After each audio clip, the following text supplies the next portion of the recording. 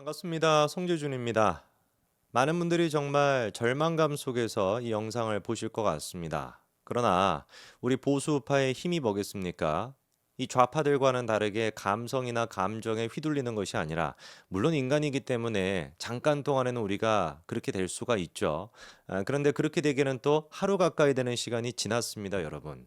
우리는 저 진보 좌파는 다르죠. 감성에 의해 가지고 우리의 일상이 파괴가 되는 그런 사람들이 아닙니다. 담담하게 또다시 암울하지만 이 현실을 갖다가 받아들이고, 어떻게 해야지 이 현실을 갖다가 다시 우리가 원하는 세상으로 바꿀 수 있을지, 그리고 그거에 대해서 생각하고 그거에 대해서 진짜 이를 악물고 버티고 의지를 발휘하는 거, 그게 지금 우리한테 필요한 지혜 아니겠습니까? 우리는 현실을 받아들여야 됩니다. 우리는 졌습니다. 이 졌다라고 하는 현실에 대해 가지고 이거를 부정하기 시작한다면 영원히 보수는 앞으로도 정권을 가져갈 수 없습니다.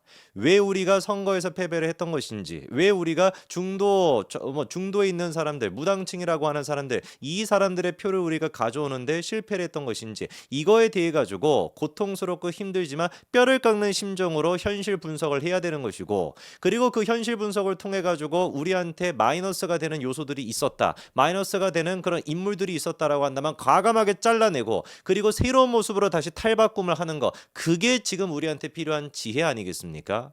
이 현실 자체를 또다시 부정하고, 대선 직전에 유튜버들이 그랬던 것처럼 선거만 이긴다, 말 같지도 않은 소리 하면서 여론조사 무슨 뭐 공정인지 뭔지 자기들 어떤 그 입맛에 맞는 대로 그런 식의 어떤 여론조사를 갖다가 해석해가지고, 야 이것 봐봐라 우리가 이길 수 있다, 그런 정신망상 같은 이야기가 보수를 지금 이 모양 이 꼴로 만든 겁니다.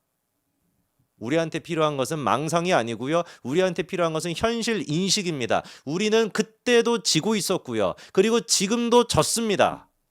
그때도 지고 있었으면은 당연히 뭘 했어야 되는 거겠어요. 문제가 무엇인지를 분석하고 그 문제를 갖다가 해결하려고 애를 써야 되는 것인데, 계속해가지고 뭐로 덮어버리는 겁니까? 우리 문제 없다, 우리 이길 수 있다.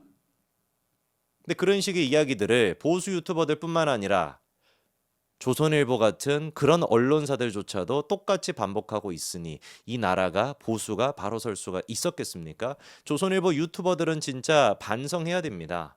무슨 수도권에서 우리가 이겼다라는 든지, 무슨 한 3, 4% 차이로 우리가 어떻게 할 수 있다든지, 그런 대먹지도 않은 소리를 갖다가 하면서 우리의 문제점은 갖다가 감추고 그렇게 정신 승리하면서 그렇게 해가지고 이길 수가 있겠습니까? 적어도 정론지라고 한다면, 그리고 그 정론지에 나오는 유튜브나 TV조선 이런 방송이라고 한다면 국민들한테 진실을 알려야 되는 것이지, 어떻게 그 모양 그 꼴이 됐습니까? 정말 제가 옛날에 출연했다라는 것 자체가 부끄러울 지경이에요.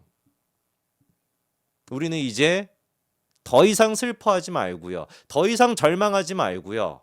더 이상 망상에 빠져 있지 말고요. 현실을 받아들이고 이제 맞서 싸우자고요.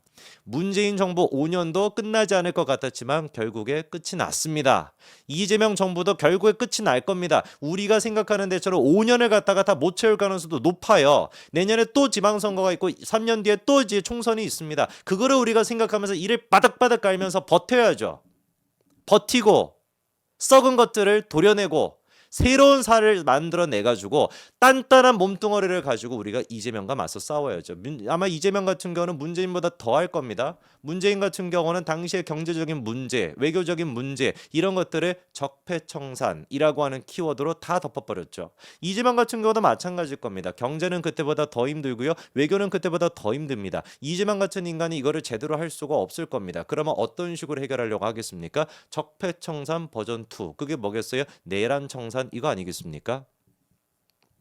이미 이재명 본인 스스로가 공표했잖아요. 내란을 청산한다라는 것은 뭐가 아니다, 이거는 정치 보복이 아니다.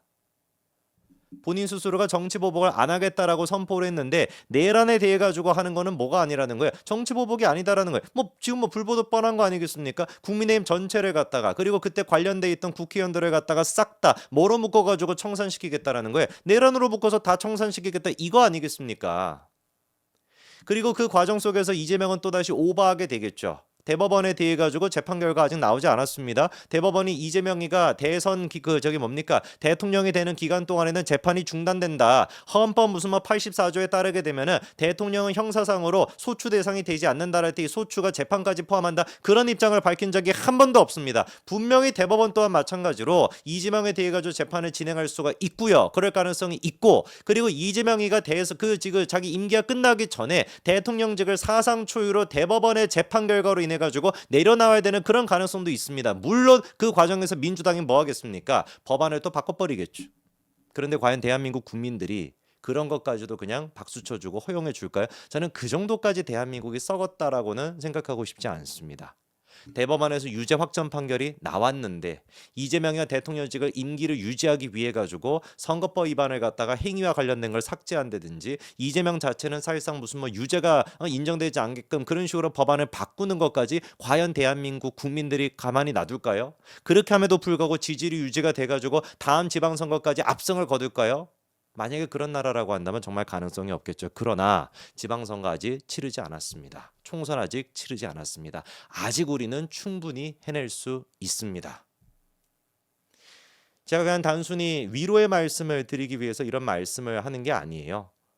정말 우리는 보수 우파는 지금의 우리의 상황은 마치 뭐라고 할까요? 이승만 대통령이 건국을 했던 그 당시와도 저는 비슷하다라고 봅니다. 이승만 대통령 전에 대한민국은 뭐였습니까? 왕조 시대였습니다, 여러분. 착각하시는 분들이 계시는데 워낙에 이승만 대통령이 이제 근대화를 갖다가 대한민국을 한꺼번에 많이 시키고 민주화를 갖다가 한꺼번에 많이 시키다 보니까 가만히 생각해 보니까 그러네, 이승만 대통령 전에는 진짜 왕이 있었네, 고종 아니었습니까? 우리가 지금 처해 있는 게 어떻게 보면 그런 상황일 거예요. 그 조선시대 때도 어땠습니까? 말도 안 되는 일들이 자행이 됐죠. 누가 보든지 간에 명분이 아니라 현실 파악을 제대로 해가지고 이 길로 가야 된다라는 게 명확했음에도 불구하고 그럼 뭡니까? 노론이 됐거나 소론이 됐거나 무슨 뭐 동인, 남인, 뭐 북인 뭐 이렇게 해가지고 지들끼리 말도 안 되는 거를 가지고 싸우다가 무슨 뭐 상복을 갖다가 몇 개월 동안 입을 것이냐 몇 년 동안 입을 것이냐 그거를 가지고 쥐뿔 아무것도 중요하지도 않은 그런 명분을 가지고 싸우다가 망했던 거 아닙니까? 조선이란 나라가 결국은 일본한테 잡아먹힌 거 아니에요. 우리나라의 특징이 뭡니까? 현실 파악을 안 한다라는 겁니다.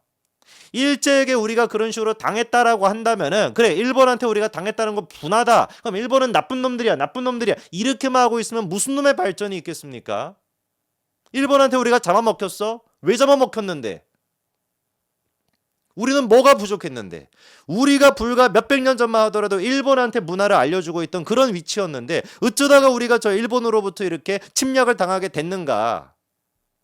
현실 파악을 똑바로 못하고 세계에 그거를 인지를 못해가지고 근대화를 이루지 못했기 때문에 조선이 그렇게 멸망했던 거 아닙니까? 현실 파악을 못했기 때문에 우리가 그 똑같은 지금 일을 겪으면 되겠습니까?